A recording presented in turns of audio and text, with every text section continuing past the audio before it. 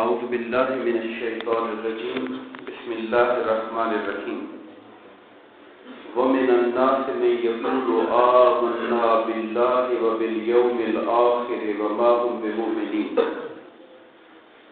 صدق اللہ مولانا العظیم وبلغنا رسولہ النبی الکریم۔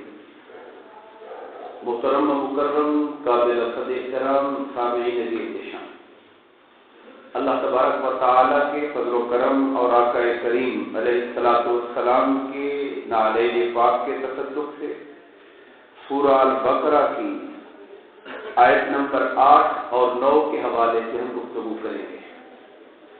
اللہ پاک نے ارشاد فرمایا وَمِنَ النَّاسِ، اور لوگوں میں سے کچھ ایسے بھی ہیں، اور لوگوں میں سے کچھ ایسے بھی ہیں، یہاں سے ایک تیسرے طبقے کا تعارف کرایا جا رہا ہے۔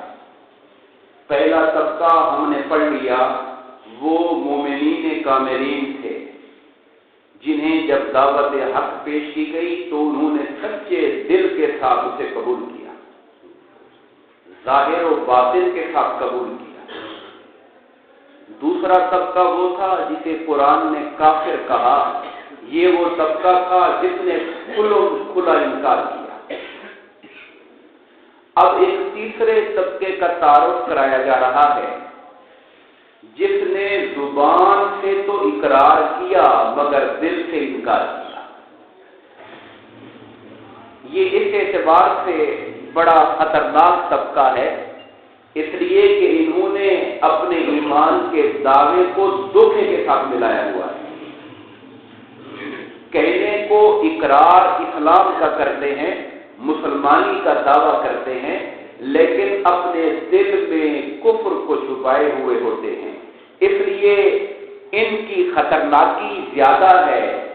اہل ایمان کے لیے اللہ نے 5 صفتیں بیان کی، کافروں کے لیے صرف 2 آیتوں میں بات ختم کر دی کہ جو کھلا انکاری ہو گیا، ضد، تعصب اور انکار کی وجہ سے، اسے سمجھائیں نہ سمجھائیں کوئی فائدہ نہیں۔ اب یہ جو طبقہ ہے، چونکہ یہ آستین کا سانپ ہے، یہ آپ کی جماعت میں داخل ہو جاتا ہے اور اندر سے یہ آپ کی جڑ کاٹنے کی کوشش کرتا ہے۔ اس لیے اس کی اللہ پاک نے تفصیل کے ساتھ کوئی 13 کے قریب ان کی عادتیں، صفتیں، علامتیں بتائیں تاکہ مسلم معاشرے کے اندر چھپے ہوئے منافقوں کی پہچان ہو سکے۔ میں آگے بڑھنے سے پہلے ایک بات کی وضاحت ضرور کروں گا۔ منافقت کی 2 قسمیں ہیں، ایک منافقت اعتقادی ہے، دوسری منافقت عملی ہے۔ اعتقادی منافقت کا معنی یہ ہے کہ اللہ رسول پر ایمان زبان سے لاتا ہے، دل اللہ رسول کا منکر ہے، یہ عقیدے کی منافقت ہے، اعتقادی منافقت ہے۔ یہ منافقت ہے جسے کہا گیا کہ یہ کفر سے بدتر ہے، ان المنافقین فی الدرک الاسفل، یہ جہنم کے نچلے ترین گڑھے میں ہوں گے، اعتقادی منافق۔ یہاں یہ بات بھی یاد رہے کہ اعتقادی منافقت صرف زمانہ رسالت مآب صلی اللہ علیہ وآلہ وسلم میں ہی مانی جاتی تھی، کیونکہ اللہ کا رسول اللہ کے لیے علم سے جانتا ہے کون زبان سے اقرار کر رہا ہے، دل سے کافر ہے۔ ہم میں سے کوئی یہ نہیں جان سکتا، اس لیے ہم کسی پر اعتقاداً منافق ہونے کا فتویٰ نہیں لگا سکتے۔ یہ بات واضح رہے۔ ہم جب کسی ایک کو یا دوسرے کو منافق کہتے ہیں تو وہ عمل کے اعتبار سے منافق، یعنی وہ جو عقیدے والا منافق ہوتا ہے، اس کے عمل میں جو خرابیاں ہوتی ہیں، ان خرابیوں میں سے کچھ ہمارے اندر پائی جائیں تو اسے منافقت عملی کہتے ہیں، عقیدہ نہیں۔ عقیدے کا فتویٰ کوئی نہیں لگا سکتا ہے، ہمیں حق نہیں ہے، ہم نے دل چیر کے نہیں دیکھا۔ جب حضرت اسامہ نے حالت جنگ میں ایک کفر کی طرف سے حملہ آور پر قابو پا لیا تھا تو اس نے لا الہ الا اللہ محمد رسول اللہ مسلمان ہو گیا، اپنے اسلام کا اعلان کیا۔ حضرت اسامہ نے سمجھ لیا صرف جان بچانے کے لیے کر رہا ہے، چونکہ میں نے قابو کر لیا ہے اس کو۔ آپ نے پھر بھی مار ڈالا۔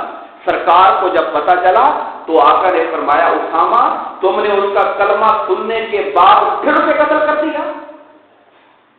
عرض کی یا رسول اللہ وہ صرف جان بچانے کے لیے کر رہا تھا، دل سے نہیں پڑھا تھا۔ سرکار نے کہا اسامہ تم نے اس کا دل چیر کے دیکھا تھا، تم نے اس کا دل چیر کے دیکھا تھا۔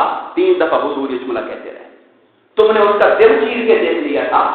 اسامہ کہتے ہیں میں اتنا شرمندہ اور لازم ہوا، میں نے سوچا کاش میں آج مسلمان ہوا ہوتا، یہ غلطی مجھ سے اسلام کے اندر نہ ہوئی ہوتی۔ اس لیے کسی پر کوئی فتویٰ کسی کے ایمان پہ لگانا ہمارا حق نہیں ہے۔ ہمارے ہاں بہت زیادہ فتوی بازی کے چیزیں چل رہی ہوتی ہیں، اس لیے میں نے چاہا کہ منافقت کی بات شروع ہو رہی ہے، کوئی یہ باتیں سن کر دوسروں پر منافق ہونے کے فتوے جاری نہ کرے۔ ہاں جو عادتیں جو علامتیں پائی جاتی ہیں وہ منافقت عملی ہیں، وہ ہم میں سے کوئی بچا نہیں ہوگا، کسی میں 1 ہوگی، کسی میں 2 ہوگی، کسی میں 3 ہوگی، کسی میں کم، کسی میں زیادہ۔ تو فرمایا وَمِنَ النَّاسِ لوگوں میں سے کچھ وہ ہیں مَن یقول جو کہتے ہیں زبان سے کہتے ہیں آمنا باللہ وبالیوم الآخر ہم ایمان لائے، آمنا ہم ایمان لائے اللہ پر اور قیامت کے دن پر۔ وہ زبان سے یہ دعویٰ کرتے ہیں ہم اللہ پر قیامت کے دن پر ایمان لائے، خدا فرماتا ہے وما هم بمؤمنین وہ ایمان والے نہیں ہیں، ان کا ایمان سے کوئی تعلق نہیں ہے، یہ صرف زبانی طور پہ کہہ رہے ہیں۔ اب یہ بات اللہ رسول کہہ سکتے، ہم تو نہیں کہہ سکتے کہ یہ صرف زبانی طور پہ کہہ رہے ہیں۔ اب یہاں سے ایک ہمیں صفت یہ معلوم ہوئی جس کو ہم غور کر سکتے ہیں، منافقت کیا ہے کہ زبان سے کچھ کہنا دل میں کچھ ہونا، یہ علامت نکل آئی ہے۔ ہم اپنے آپ کو ٹیسٹ کر سکتے ہیں، ہم کسی کے ساتھ اظہار محبت کریں دل میں نفرت چھپائیں تو یہ منافقت والی علامت ہوئی۔ ہم کسی کے ساتھ ظاہری طور پر عزت کا مظاہرہ کریں اور دل میں ہمارے اس کی عزت نہ ہو تو یہ منافقت کی علامتوں میں سے ایک علامت ہوئی۔ تو دل اور زبان کے آپس میں اکٹھا نہ ہونا، فرق ہونا دونوں میں، یہ منافقت کہلاتی۔ منافقت کی ایک سمجھ لیں کہ علامت کے طور پہ دیکھی جا سکتی ہے اور اپنے آپ کو پرکھا جا سکتا ہے۔ اور دوسری بات اس کے اندر یہ ہے، علماء کرام مفسرین نے لکھی کہ منافقت اس لیے بھی قرار دیا گیا کہ انہوں نے اللہ پر اور قیامت کے دن پر ایمان لانے کی بات کی، رسول اللہ صلی اللہ علیہ وسلم پر ایمان لانے کی بات نہیں کی۔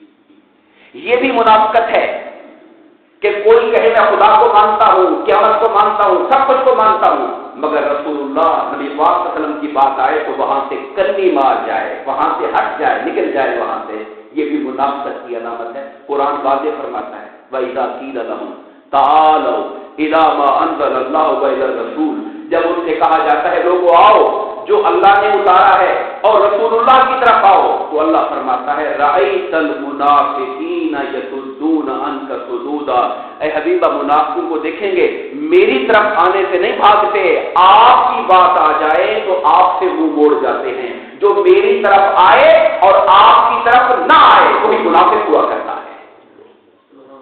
یہ علامات منافقت میں سے ہے کہ اللہ کی بات قبول کرنا لیکن رسول اللہ صلی اللہ علیہ وسلم کی ذات کے اعتبار سے دل میں میل رکھنا یہ ایمان کی نشانی نہیں ہے، یہ منافقت کی نشانی ہے۔ اس کے بعد فرمایا یخادعون اللہ والذین آمنوا یہ دھوکہ دینا چاہتے ہیں۔ یخادعون نکلا ہے خدا سے، خادع عین دھوکہ، یخادعون یہ دھوکہ دینا چاہتے ہیں کس کو؟ اللہ کو، والذین آمنوا اور ایمان والوں کو۔ منافقت کی تیسری نشانی ہو گئی کہ وہ دھوکہ دینے کی نفسیات رکھتے ہیں، ان کی طبیعت میں دھوکہ اور فریب ہوتا ہے۔ اب یہاں پہ قابل غور بات یہ ہے کہ کیا کوئی اللہ کو بھی دھوکہ دے سکتا ہے؟ کافروں کا بھی، مکہ کے مشرک بھی یہ نہیں مانتے تھے کہ کوئی اللہ کو دھوکہ دے سکتا ہے۔ مدینہ کے یہود بھی کیونکہ حضرت عیسیٰ حضرت موسیٰ نبیوں کو ماننے والے تھے، اللہ کو دھوکہ دینے کا تصور وہ بھی نہیں کر سکتے تھے۔ تو پھر یہ کیسے کہا اللہ نے کہ وہ اللہ کو دھوکہ دینا چاہتے ہیں؟ مفسرین کرام نے لکھا حقیقت میں وہ رسول اللہ کو دھوکہ دینا چاہتے ہیں۔ اور اللہ نے فرما دیا کہ جو میرے رسول کے ساتھ کوئی معاملہ کرے گا وہ ایسے ہوگا جیسے معاملہ خدا کے ساتھ ہو رہا ہے۔ کوئی رسول کو دھوکہ دینے کی کوشش کرے گا، اس کا مطلب یہ ہے کہ وہ خدا کے ساتھ دھوکہ کرنے کی کوشش کر رہا ہے۔ جیسے ادب و محبت کے مظاہر جو رسول اللہ کا ادب کرے گا گویا اللہ کا ادب کر رہا ہے۔ جو حضور کا کہنا مانتا ہے وہی اللہ کا کہنا مانتا ہے۔ جو حضور سے محبت رکھتا ہے وہی اللہ سے محبت رکھتا ہے۔